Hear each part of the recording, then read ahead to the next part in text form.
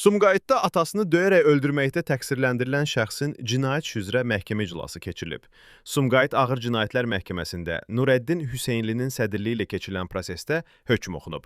Hökmə əsasən o 7 il 6 ay müddətinə azadlıqdan məhrum edilib. Cinayət Məcəlləsinin 85.5-ci maddəsinə əsasən azadlıqdan məhrum etmə növündə cəza yetkinlik yaşına çatmayanlara 10 ildən çox olmayan müddətə təyin edilir. Qeyd edək ki, hadisə ötən ilin iyul ayında Sumqayıt şəhərində baş verib.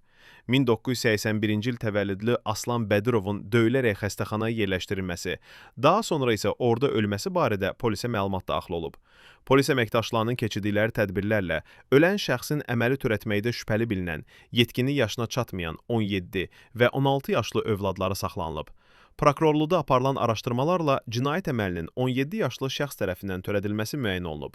Onun barəsində Cinayət Məcəlləsinin 120.2.9-cu təqsirkar şəxs üçün aşkar surətdə köməksiz vəziyyətdə olan adamı öldürmə, habelə adam oğurluğu və ya girov götürülməsi ilə bağlı adam öldürmə maddəsi ilə yekun ittiham elan olunub.